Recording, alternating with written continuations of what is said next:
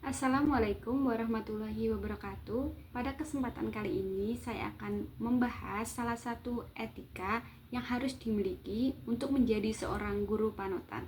Etika yang akan saya bahas di sini adalah etika berpenampilan. Langsung saja kita ke pokok pembahasannya. Ada 4 pokok bahasan yang harus kita pelajari di sini. Yang pertama yaitu definisi etika berpenampilan, yang kedua adalah pentingnya menerapkan etika berpenampilan, dan yang ketiga adalah bagaimana sih menerapkan etika berpenampilan yang baik, dan yang terakhir yaitu apa saja yang perlu dihindari untuk menerapkan etika berpenampilan yang baik.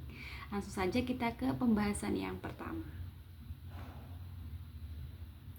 Etika berpenampilan adalah sikap atau perilaku seseorang dalam memilih dan mengenakan pakaian yang sesuai dengan norma dan situasi, di mana hal ini mencerminkan rasa hormat terhadap diri sendiri ataupun orang lain. Pentingnya etika berpenampilan. Ada beberapa hal yang memberikan kita manfaat ketika kita telah menerapkan etika berpenampilan. Yang pertama yaitu memberikan kesan positif, dan yang kedua yaitu memberikan penghargaan terhadap diri sendiri ataupun orang lain. Yang ketiga yaitu percaya diri. Dengan menerapkan etika berpenampilan yang baik, secara tidak langsung akan meningkatkan rasa percaya diri kita, rasa penghargaan terhadap diri kita dan orang lain, serta memberikan kesan positif terhadap individu yang mengenakan penampilan etika dengan baik seperti itu. Dan pokok pembahasan selanjutnya yaitu bagaimana etika berpenampilan yang baik. Etika berpenampilan yang baik mencakup menjaga kebersihan, kerapian dari mulai rambut, pakaian, dan kuku, serta memilih pakaian yang sesuai dengan norma dan situasi. Ketika misalnya di sekolah, penting mengenakan seragam dan yang lengkap dan rapi sesuai dengan aturan yang diterapkan di sekolah. Selain itu, tidak perlu menggunakan aksesoris yang berlebihan, menyesuaikan penampilan dengan aktivitas yang dilakukan, menunjukkan rasa hormat terhadap diri sendiri dan orang lain, serta menciptakan suasana yang profesional dan nyaman di lingkungan sekolah ataupun di lingkungan yang lain. Baiklah, hal-hal apa saja yang perlu dihindari dalam menerapkan etika berpenampilan? Ada beberapa hal yang perlu dihindari, yaitu yang pertama, pakaian yang tidak sesuai dengan peraturan dan norma. Ketika misalnya di sekolah, hendaklah seorang siswa ataupun guru mengenakan seragam yang sesuai dengan aturan yang diterapkan di sekolah tersebut. Hal ini agar tidak melanggar ataupun menyesuaikan dengan norma dan peraturan yang ada di sekolah tersebut. Yang kedua, pakaian yang kusut dan kotor.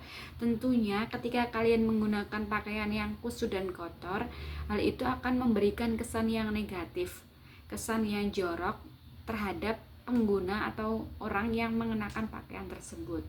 Jadi sebaiknya hindari pakaian yang kusut dan kotor. Harus dibersihkan, dicuci terlebih dahulu, kemudian disetrika terlebih dahulu.